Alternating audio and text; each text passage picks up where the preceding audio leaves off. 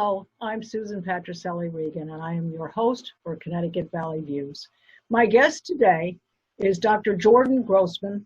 He is the superintendent of Granby, Connecticut Public Schools. Welcome, delighted to have you. Hope you can clarify a lot of things for us. Thank you, Susan, for having me.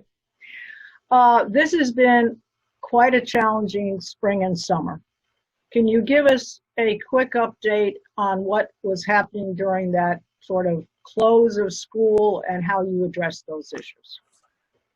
Well, Susan, again, thank you for having me. I hope your family is well, and I hope the whole Farmington Valley's family is well. These are definitely trying times for all people and all citizens of our great country. And within the Granby Public Schools, we've never stopped. I do have to say that I've not taken a day off since I started here in January 1, right. And I really don't intend to till we get our learning plan together. And some of the things that I'm sure we'll talk about is that the governor has, and the Commissioner of Education has let all boards and superintendents know that he wants schools fully reopened for in-person learning this fall. So we are planning for that. And there's many factors that go into that. And some of the factors that go in, he wants us to be able to plan for full reopening. Mm-hmm. He wants us to plan for students that may opt out of not coming to the Granby Public Schools and have their learning being remote. Then he wants us to be able to plan, which is a hybrid approach, that if we needed to shift gears and go into 50% of our population coming to the Granby Public Schools, and then a complete remote distance learning plan. So the community may hear that the governor has asked us to formulate 3 plans for reopening the school. In my mind, it's actually 4. That we're developing, our administration and our task force is developing 4 plans for the opening of our schools. So that's a lot of work, as you can imagine. Yeah. Now, do you feel as though the spring gave you some learning curve? Because you did have a lot, obviously you had remote learning. Sure. You had obviously computers that had to be supplied to people who did not have them. You had to stay in the teachers wanted to remain in contact with the students so that they could keep them, I think, probably in an attitude towards continuing to learn. And of course, you've got situations where you've got special education students as well, which is a challenge. Do you feel the spring gave you some kind of learning curve? Sure. As we mentioned the last time we spoke, we had to go basically overnight and shift from schoolhouse learning every day mm-hmm. to an immediate, at that time we called it distance learning. And we learned a lot. We surveyed parents a lot. We surveyed teachers, students, and we learned a lot. That we learned some of the successes we had, and we learned some of the things that we need to work on. And any good organization builds upon that. What we really did learn, and what I found out, is that I believe our staff did an incredible job with limited technology. I did not realize as a new superintendent coming in that our staff didn't have the level of technology that they will have moving forward. Meaning that our teachers will have laptop computers. They didn't have laptops. They were using their own, or they had to sign out Chromebooks. That I didn't know that. And that was something that the administration and the board worked together. So that is something that is going to be new. Where were the laptops? Where were you able to purchase them? That was so we've shifted some things around within our budget that went through our budget committee, our finance committee, that instead of getting desktops next year, we're actually going to get laptops.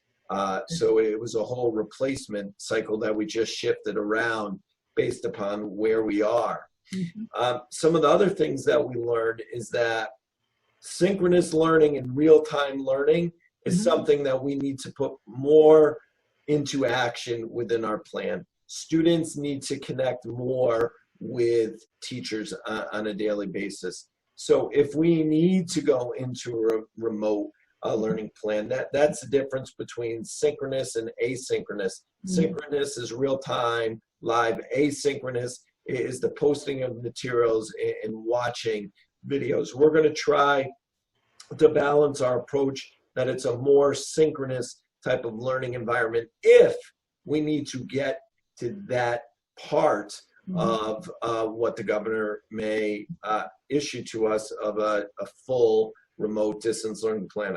I hope we don't get there, but that's to be determined. Do you feel that given all of the preparation that you have in the 3 or 4 different plans, do you feel that the children will be able to focus on their work? And do you see that I won't say the quality, but let's say the intensity of learning education will go slower, or do you feel the children will adapt? That's a great question, Susan. And one of the things that I established 8 weeks ago is the Granby Public Schools Reopening Task Force. And on that task force, we have community members, business officials, town officials, health professionals, social emotional well-being professionals, parents, teachers, administrators, as I said, medical personnel. And those are the things that we're really looking at. And what I've charged the task force with is that first we have to consider the safety and the health of all individuals that come back into the schoolhouse. That's been our #1 priority.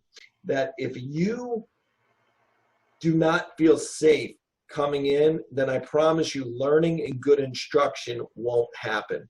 So we've really spent a tremendous amount of time and energy ensuring the public and our teachers that we're going to provide the safest and the healthiest environment. From there, once we get all that and we feel like we're in a really good place with that right now, then we're really starting to develop this educational plan that makes up the social emotional well-being of students and staff and parents, because this is new for everyone. Right. Mask wearing, I don't know about you, Susan, in my lifetime, mask wearing was not the norm at all. Not unless you were robbing a bank. I didn't do that. Yeah. But it's now the norm, and that's going to take some time. What I'm finding, and this is not all children, this is not all adults, but we may become more adaptable to that, but knowing that we're going to have to shift and we're going to have to pivot, and each individual person we're going to have to treat like we should each individual person as an individual. Yes. And what are they going to need to make sure that their educational profile is being met? Exactly. So there's a lot of new, but our #1 priority was the safety and the providing the healthiest environment that we could provide for all people coming into the Granby Public Schools. How will the cafeteria situation be handled? Because obviously, in order to eat, people need to move their mask up. How will that be?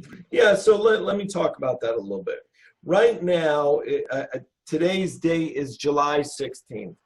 We don't open up the schools till, and that's a moving date right now, because the governor or the commissioner of education 2 days ago said we could get a reprieve on the 180. Right. And we were actually very proactive with the Board of Ed that we changed our calendar 2 nights ago and got more professional learning time in the transition. So now we got to go back next week. Right. But regarding the cafeteria, what I say today may change next week. Quite true. But because what I've shared with the Granby Reopening Task Force and the Board of Ed, even though the governor and the commissioner of education is asking for states to have a plan next week, July 24th, that's fine. We're going to hand in a plan, and it's going to be a good plan, but we're putting draft on there because each and every day we learn something new. It needs to be a fluid plan. We talk to parents each and every day. We talk to kids. We talk to teachers, and they may have a brilliant idea that we didn't even think about. We need to have the jurisdiction to change plans when we get great information. But right now, what we're trying to do with cafeterias, of course, kids are going to have to take off their masks when they eat, and the same thing with staff. And as we all learn, we're going to try to maximize that space. And people have been using the term social distance. We're going to use within the Granby Public Schools physical and social distance, because socially we want people to still be able to communicate with people in a new way, but we have to be aware of our physical distance with one another. So we plan on using cafeterias, but we also plan on using outside spaces, that we purchase picnic tables and outside tents so kids can physically distance themselves but still enjoy a good meal with one another and be able to socialize with one another. But they're definitely going to have to take off their masks. But what we've also thought about that, and there's still things to be worked about, but when somebody has a mask, they kind of just put their mask down on a table. Yes. And you know, that's not actually good hygiene. What we've learned is that there's a way to put your mask away, and then we've actually purchased lanyards with pouches on them that kids and staff will be able to put their masks right in there and then be able to take it out. We spoke to the Farmington Valley Health District about that, and they thought that was a pretty good idea to be able to kids to have individual places to put their masks. So cafeteria and food eating, that's a moving thing right now. Principals are developing it. It will look different at the high school than it does at the primary school. Okay, so you might even be able to do shifts too, so there'll be fewer people in the space. Well, you know, lunch from 11 to 12 and 12 to 12:30. Sure, and the schools are working on that right now, and it's definitely going to be at a smaller capacity within the cafeteria. If they eat in the cafeteria, if they go outside, we're definitely going to maximize the space that we have, and as much as we can bring children outside for learning and for eating, we're going to do it. It's New England. In September and October, it could be quite nice. Yeah, it could be quite beautiful. All right, so talking about outside, what about sports? So that's a good question. And with my athletic background, there would be nothing more than I would love to say to anybody that's listening that sports are happening. I really don't know. The CIAC will issue guidance on that. What I did do is we did communicate to our high school student athletes that our fall athletes have been allowed in the past week to do conditioning activities with their coaches, being mindful to the guidance that the CIAC has put forward. So we're kind of going back in small steps, but nobody has really provided any guidance on whether fall athletics will actually take place. Will that come from the governor? Will that come from the governor? You know, I don't know the answer to that. Will it come from the CIAC? Will it come from the governor? It's very interesting. I think I just saw come across my screen on my phone that there's athletic conferences at the collegiate level right now, the Ivy Leagues, the NESCAC, the Patriot League, and I just saw the Big East maybe thinking about canceling their fall athletics. The question is high school athletics different than collegiate athletics? You know, I don't know the answer to that. So somebody's going to have to make that decision. It won't be the superintendent of schools, I don't believe. Right. All right. With regard to, because the school closed sooner, you had to spend some money on computers and laptops and so forth in the spring. But you turned back an amount of money, is that correct, back to the town for some savings? What was that amount? Around so the last we reported, you know, one of the things that the Board of Education and I have been speaking about, and we have great relationship with the Board of Finance, is at the time in June, the Board of Finance and the Board of Ed, what kind of money do you think you need to open up the schools for next year? And at the time, there was no guidance from the state, so I really didn't know. I had some ideas.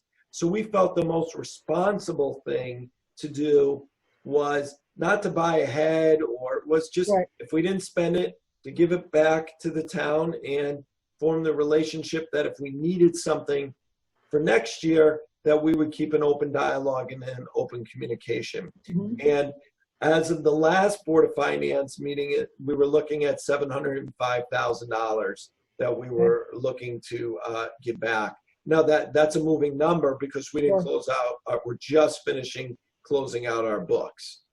So Mrs. Robbins, our business official, will have a better number in August for sure. Okay, so now because it has been the comment that more senior people could be exposed to the virus and could turn into something that's more serious. Have you had any teachers that have decided to retire? Will you have to replace staff? Do you see additional teachers, even the social emotional? Are you adding staff or substituting staff, or any of those things occurring? So those are all things that are moving. Moving for us. We're really analyzing things like that now.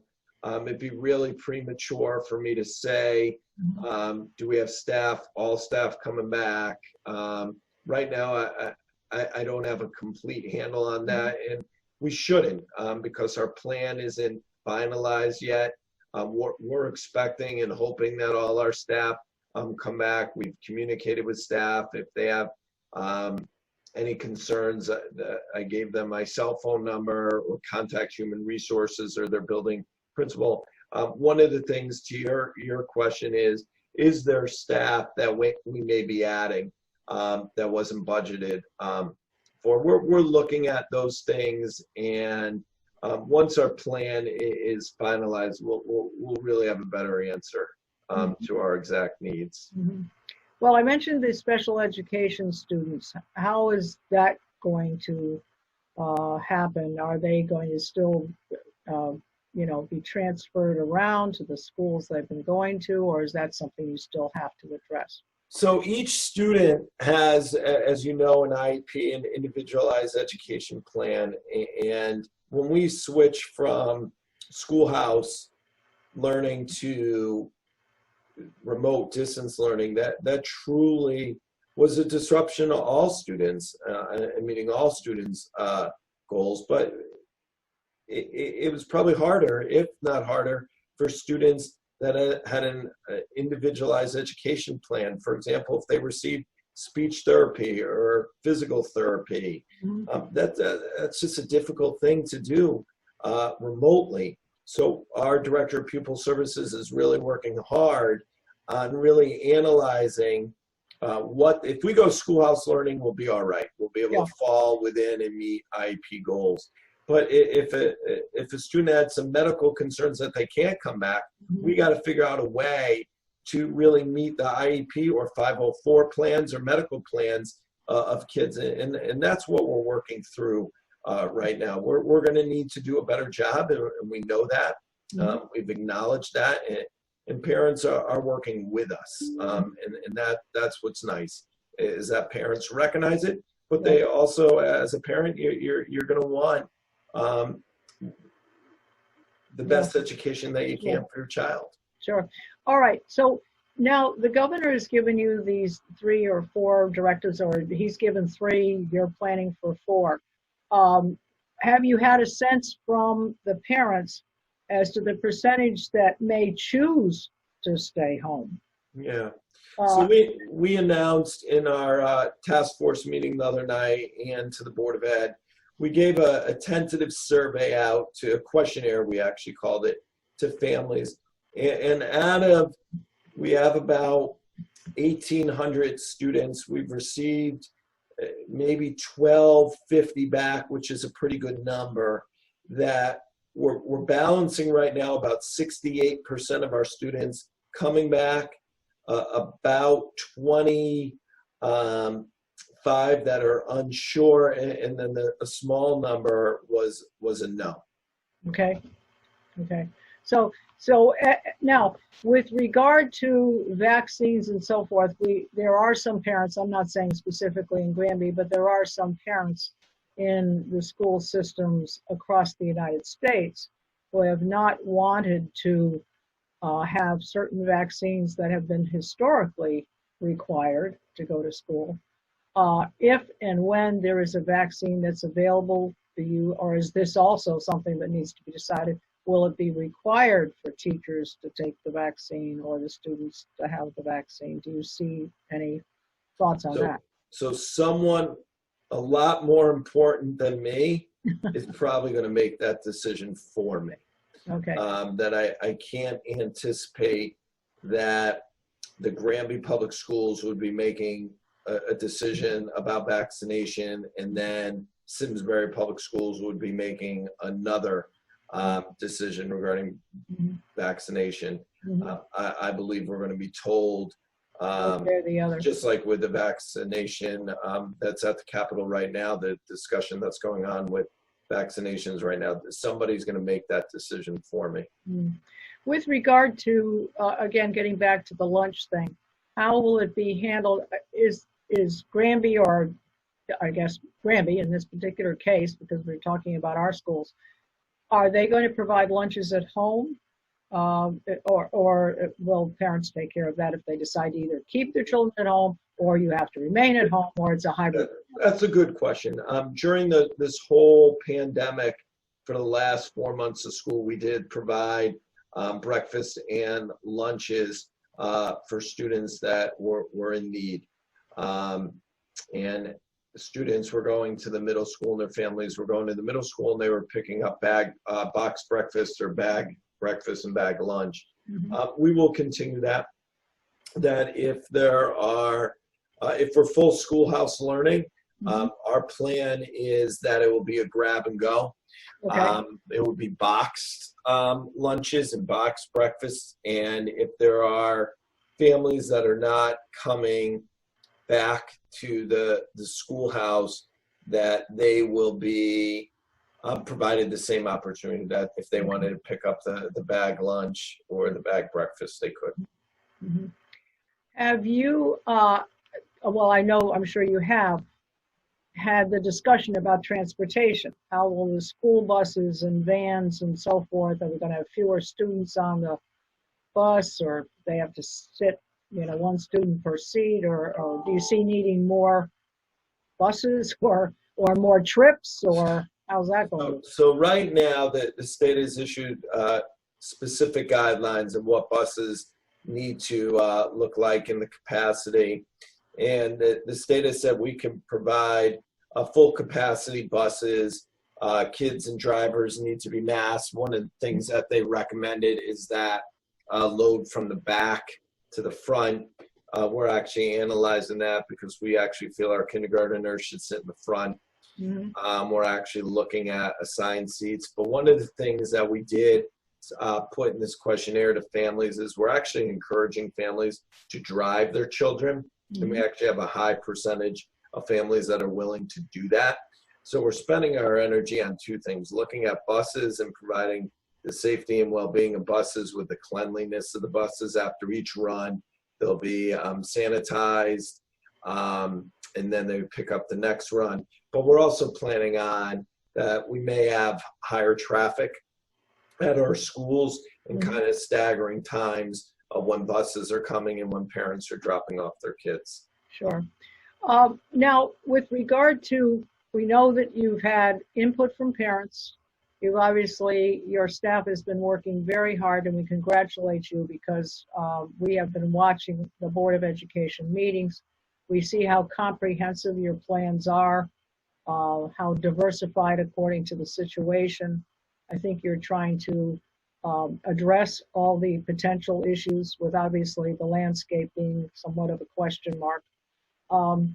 Do you see that there will be some more, perhaps the same or more interaction with parents, parent-teacher conferences to say how your child is doing, so that you can make sure that that learning curve is continuing to go in the direction it should?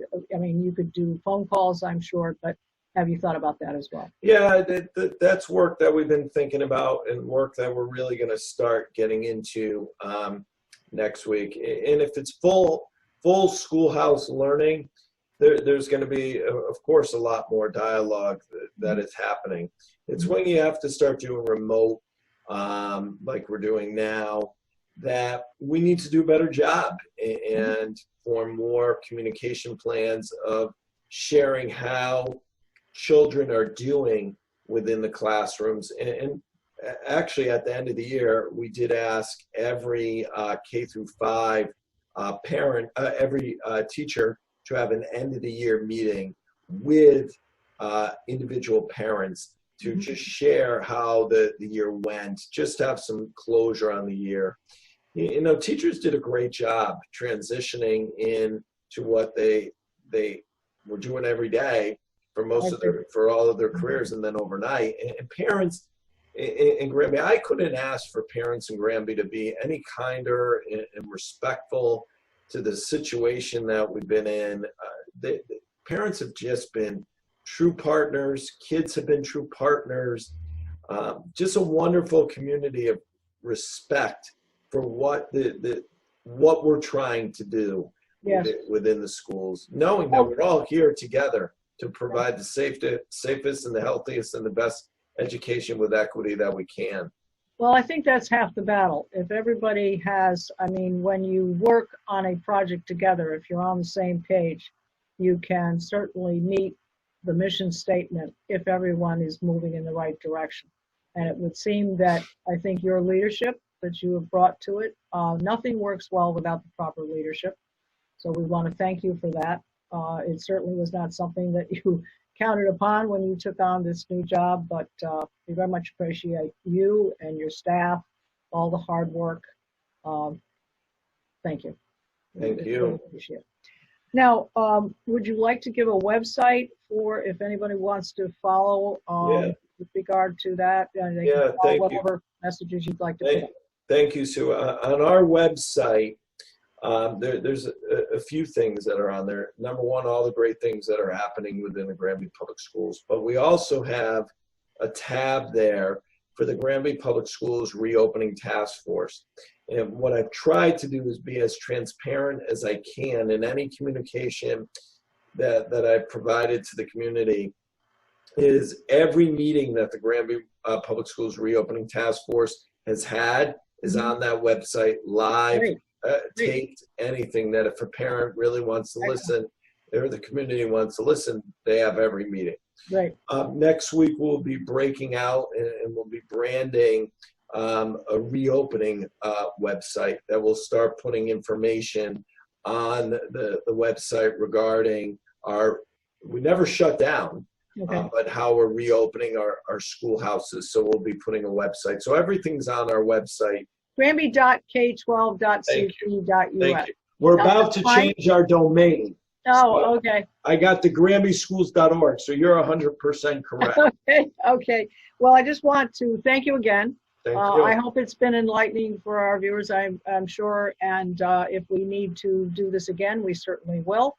I'd like to thank my viewers for tuning in today. And please remember to see all of our programs at ConnecticutValleyViews.com. This is Susan Patricelli Regan, thanking Dr. Grossman for his time today.